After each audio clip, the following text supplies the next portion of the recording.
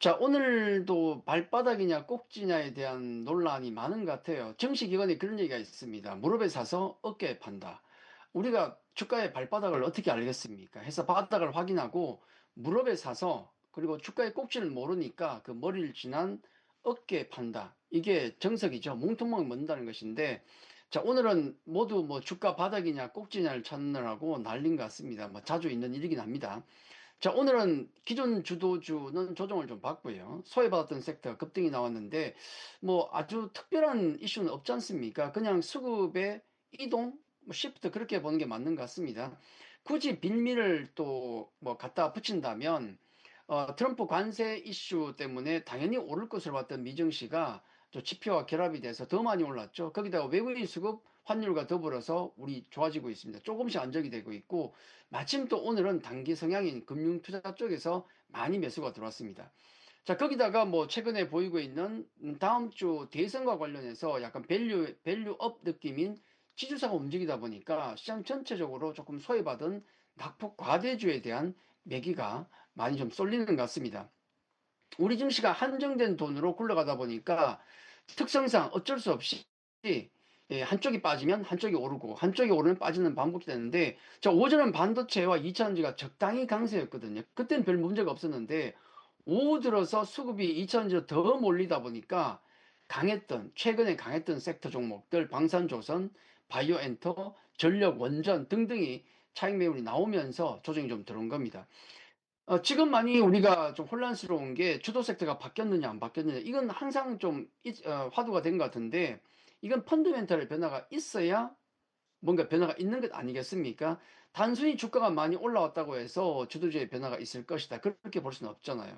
그래서 오늘만의 시장을 딱 보면 크게 변한 건 없어 보인다, 그렇게 말씀을 좀 드립니다. 낙폭 과대주의 반등은 여전히 기술주의 어떤 반등 정도로 봐야 되는데, 2000년대 그래도 급등이 나왔기 때문에 조금 체크해 볼 필요가 있을 것 같습니다.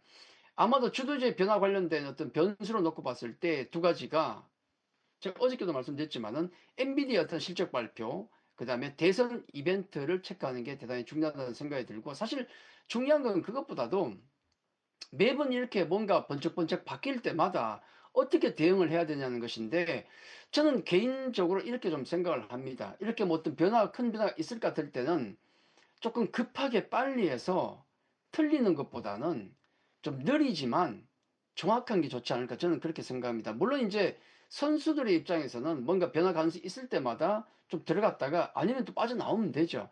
근데 이건 일반 초보분들은 쉽지가 않지 않습니까? 그래서 잠시 반짝할 때 들어가서 또 왕창 물리는 경우가 많기 때문에 이 점은 좀 생각해 봐야 될 부분이 아닌가 생각합니다. 자, 예를 들어서 오늘 뭐 2차 전지주 같은 경우도 외국인 기관 모두 강하게 붙었습니다. 그래서 앞으로 어떻게 될 것인가 라는 것인데, 외국인 매매는 잘 아시지 않습니까? 대부분 알고리즘 단기 매매 성향이라서 내일을 알 수가 없죠. 그리고 이제 기관 투자, 오늘 기관도 매수가 많이 들어왔는데 그 안에 있는 기관 투자자가 누구냐면 대부분이 금융 투자 쪽입니다. 단기 성향이 강한. 해서 뭔가 크게 바뀐 것 같다라는 생각은 들지 않는데, 다만 강한 반등이 나왔기 때문에 기술적 반등은 좀 더 나오지 않을까, 그런 생각을 좀 가지고 있습니다. 자, 여기서 중요한 점은 내 판단이 맞을 수도 있고 틀릴 수도 있지 않습니까? 그렇기 때문에 전 열어야 된다 생각을 하고 있고, 시장도 이번 주에 저도 예상했던 것보다 훨씬 강했어요. 근데 그만이죠. 내가 안 맞고가 중요한 게 아니고 시장을 잘 따라가는 게 중요하다, 항상 말씀을 드립니다. 그게 추세 매매 아니겠습니까? 조금 느리더라도 시장에 확실한 변화가 오면 그때 제대로 바꿔주면 되는 겁니다. 우리 활 쏠 때, 활을 뭐 국궁을 쏴 보신 분들 많지 않겠지만은 우리 활을 쏠 때 자세가 있는데요. 그게 전추태산 발효홈입니다. 활을 버티는 팔은 태산같이 버텨야 되고, 시위를 놓을 때 손은 호랑이의 꼬리와 같아야 된다. 호랑이 꼬리를 뭐 제대로 본 적이 있겠습니까마는 그건 바로 고양이 꼬리하고 똑같아요. 뭐냐면 주식 투자할 때도 버틸 때는 강하게 버티고 아니라는 판단이 서면 미련 없이 바꿔야 된다. 이런 마인드가 지금 필요한 게 아닌가, 저는 그런 생각을 가지고 있습니다.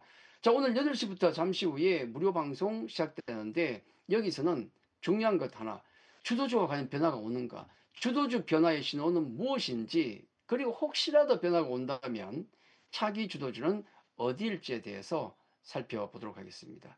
잠시 후 8시 무료 방송에서 뵙도록 하겠습니다. 자, 오늘 여기까지입니다. 감사합니다.